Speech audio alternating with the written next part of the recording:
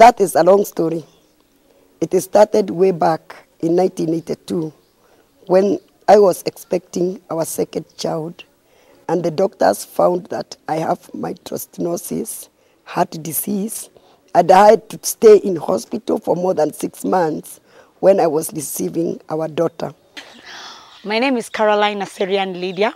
Though many people call me Mokuhe, which I never understand. Though Mokuhe means short in the Kikuyu language. And when the home started, I was quite young, because as the birth child of Mama Zipporah and Baba Isaac, when my mom had this degenerative heart disease, I was only 3 years old. So I could not have more children, but I wanted 6 of them as an African woman.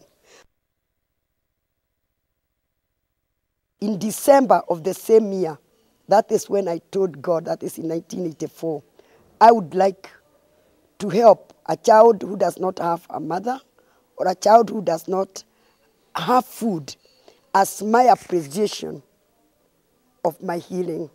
I want you to understand that I was not starting a home. I wanted a child. The only mistake I did is that I did not say that I needed one child. So I left it open, and it is like God came and said that he has more than one. And so now, all my life was turned down, and everything was turned down. Now I'm a mother of more than 150 kids.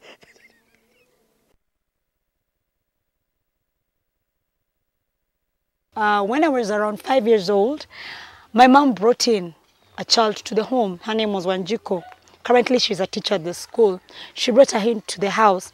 And because I was, as the firstborn and my sister, who is the secondborn, we were the only two in the house, I didn't have a third brother by then, who was very sick in hospital. And so this was a very good chance to meet another new person. But I never knew that she was coming to stay with us. As time went on, Wanjiko became part of the family, and we became 6 of us in the family. So I identified her as my sister. We went for some time, but 7 kids now walked, not one, to my house and said, "Mom, we want to go to school. Where do we stay?" That is when the children department asked me, "Do you want to start a home? Can we help you and empower?"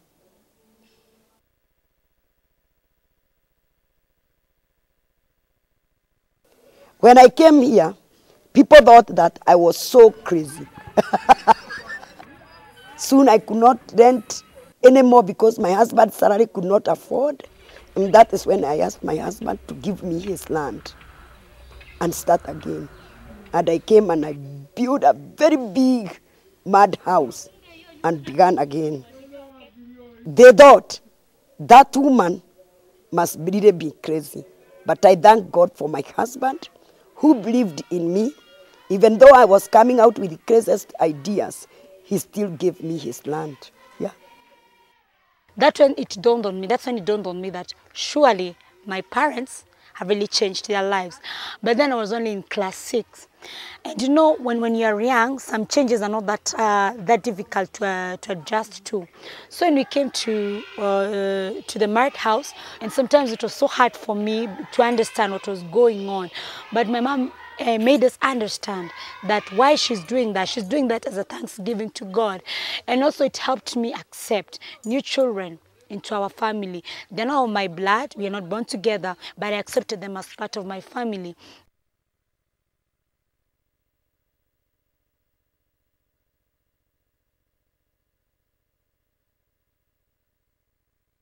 Okay, my name is Bernard Kamau, and I am in Standard 3. My name is Esther.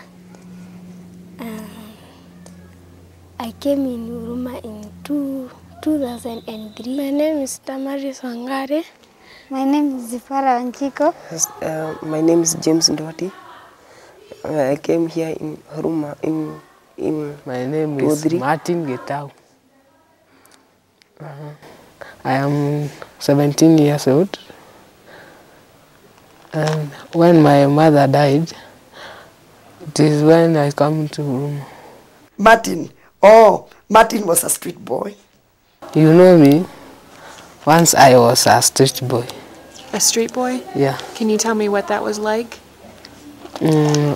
I was staying outside, smoking groups.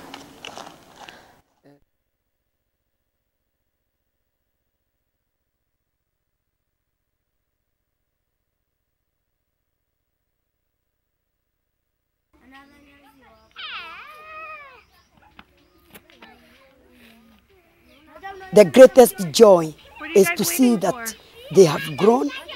Like now, do you know, we have got 25 kids who are HIV amongst the children I have. It's when you got them, they were so bad, almost dying. They were so sad. They were so traumatized. It is seeing them opening out a flower, praying again, and becoming a child. In fact, if there is anything, that is the best. I picked 3 kids from the hospital. And when I picked, they told me, this one is HIV positive. Will you go with her? I said yes. She was almost dying. Do you know? That child is now negative and she is not sick again. Yeah, living with an adoptive parent.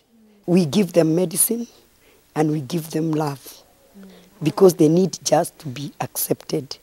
They need to know that HIV is just like any other disease. That if you manage it well with medicine, you can live as long as you can. And today, we have one of our child who is now 20. So every older girl has a younger child whom they take care of. And this teaches them responsibility and they're able to care. They're taught how to care for the child. So, and when the child reaches the age of 13, the child now is responsible of himself to foster responsibility and to foster that feeling of caring towards another child. This is a home. Because we live with these kids, we eat with them and we sleep with them. And let me tell you, in the evening, I tell all the people who work for me to go home. I want them to understand me. I want them to know I care for them. I want to call them in the morning and tell them the time is ready to go to school. And I don't want to lose touch with it. And that is why I say this is a home with a difference. Mm-hmm. The best part is this. You see a whole new outlook of things. You just see everything as one way. You see the other side of life. Here you never get bored.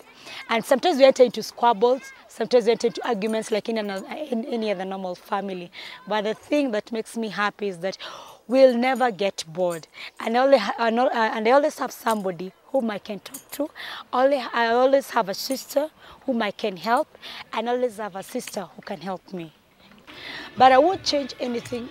I won't change anything in Huruma because, you know, the immense love that is in this place is the unique thing about Huruma. That I cannot change anything for that love. That love will always remain there. So I cannot give up. I cannot give up anything or exchange anything for the love we have in Huruma. So I won't call this an orphanage. I won't call it an institution. I will call it a home. What do you think of your mom and dad here? They're great. They're very wonderful. And I wish that everybody in the world had a heart like them and their family. Yeah, even you see that boy, he's my best friend. So I have many friends and I call them my brothers and my sisters. Because it's love. Yeah.